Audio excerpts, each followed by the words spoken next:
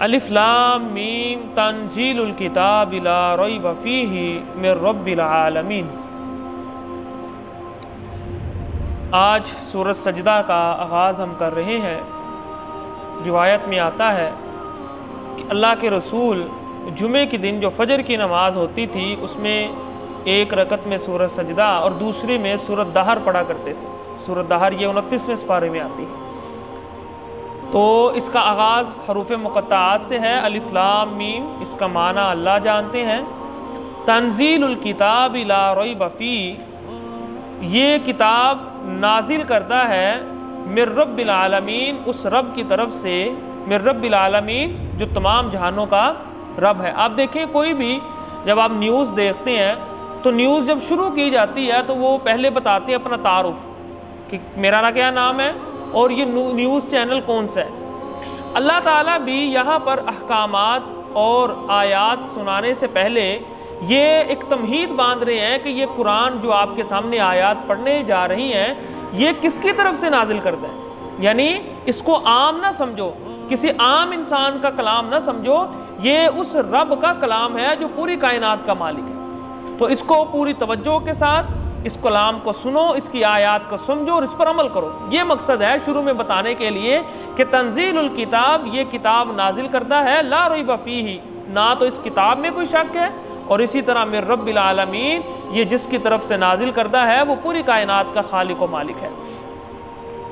ام یقولون افترا، یہ مکہ کے لوگ کہتے ہیں کہ اس کو گھڑ لیا، یعنی یہ جو سوال اللہ کر رہے ہیں نا، کیا یہ لوگ کہتے ہیں کہ افطرا ہو، اس قرآن کو گھڑ لیا؟ یہ ڈانٹ کے انداز میں، یعنی اتنی عظیم کتاب جب ان کے سامنے پڑھی جاتی ہے، اس کے احکامات پڑھے جاتے ہیں تو یہ مسلمانوں کو یہ کہہ کر چپ کروا دیتے ہیں کہ یہ آپ نے خود لکھی ہے، اس کا اللہ کے ساتھ اور آسمان کے ساتھ کوئی تعلق نہیں ہے۔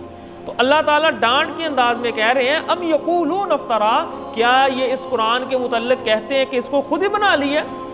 تو اس کا جواب کئی جگہ پر اللہ نے دیا کہ اگر آپ کو ایسا لگتا ہے کہ یہ خود بنا لیا ہے تو آپ پھر بنا کر دکھائیں، اس کی ایک آیت، ایک سورت بنا کر دکھائیں۔ اگر آپ کو ایسا لگتا ہے کہ یہ قرآن مسلمانوں نے خود بنا لیا تو آپ بھی بنا کر دکھائیں، آپ تو بڑی اچھی طرح عربی زبان کو جانتے ہیں۔ بل هو الحق من ربک، یہ قرآن حق ہے تیرے رب کی طرف سے۔ لتنذر قوما ما اتاهم من نذیر، اللہ نے اس قرآن کو کیوں نازل کیا؟ تاکہ اللہ تعالیٰ قوم کو ڈرائے۔ کون سی قوم؟ ما اتاهم من نذیر من قبلک، جس قوم کے پاس اللہ کے رسول سے پہلے کوئی ڈرانے والا نہیں آیا۔ مقصد کیا ہے؟ لعلہم یہتدون، تاکہ یہ لوگ رہنمائی حاصل کریں۔ تو عرب کے اندر سب سے پہلے جو دین لے کر آئے، توحید کی دعوت لے کر آئے، وہ ہود علیہ السلام، اس دور میں صالح علیہ السلام، اور اس کے بعد ابراہیم علیہ السلام۔ تو ابراہیم علیہ السلام اور اسماعیل علیہ السلام کا زمانہ اللہ کے رسول سے تقریباً 2500 سال پہلے کا، 2500 سال پہلے کا، اور اس کے بعد آئے شعیب علیہ السلام۔ تو ان کے اور اللہ کے رسول کے زمانے میں جو فرق ہے وہ 2000 سال کا ہے۔ تو اس لیے یہاں پر جو کہا گیا ہے نا کہ اس قوم کو کوئی ڈرانے والا نہیں آیا، تو 2000 سال پہلے کا جو زمانہ ہے تو اسی طرح ہی ہے کہ کوئی ڈرانے والا نہیں آیا، کیونکہ دنیا بدل جاتی ہے 2000 سال، 100 سالوں میں دنیا کہاں کی کہاں چلی جاتی ہے۔ تو شعیب علیہ السلام جو اللہ کے آخری نبی عرب کے اندر آئے ہیں، وہ اللہ کے رسول سے 2000 سال پہلے کا ان کا زمانہ ہے۔ اللہ الذی خلق السماوات والارض، اللہ اپنا تعارف کروا رہے ہیں کہ یہ کتاب جس کی طرف سے نازل ہوئی ہے وہ اللہ کون ہے؟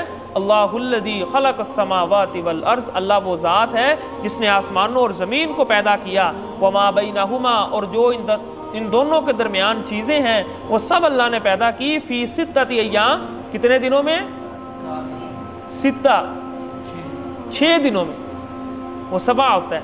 تو فی ستۃ ایام، 6 دن یہ والے نہیں، دنیا والے نہیں، اس وقت یہ دن اور رات نہیں تھے، سمجھ آئیے نا، یہ 6 دن نہیں ہے، وہ اللہ جانتے ہیں وہ 6 دن کون سے تھے۔ ویسے اللہ کے ہاں ایک دن جو ہے وہ 1000 سال کے برابر ہے۔ تو یہ جو آج کا دن اور رات ہے یہ اس وقت وجود میں نہیں آیا تھا، سمجھ آئی نا، تو وہ 6 دن اللہ بہتر جانتے ہیں وہ 6 دن کون سے تھے۔ تو میں نے آپ کو پہلے بھی کئی مرتبہ بتایا کہ اللہ بنا تو ایک لمحے میں سکتے تھے، لیکن صرف انسان کو تعلیم دی ہے کہ کام جو بھی کرنا ہے ذرا ٹھہر ٹھہر کے کرو، اس میں حسن آتا ہے۔ کیونکہ میں رب ہونے کے باوجود بھی زمین اور آسمان کو 6 دنوں میں بنایا میں نے۔ ثم استوى علی العرش، پھر اللہ عرش پر چلے گئے، مستوی ہو گئے۔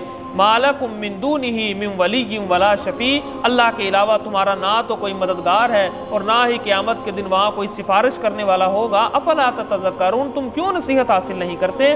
یدبر الامر من السماء الی الارض، اللہ معاملات کی تدبیر کرتا ہے آسمان سے زمین کی طرف۔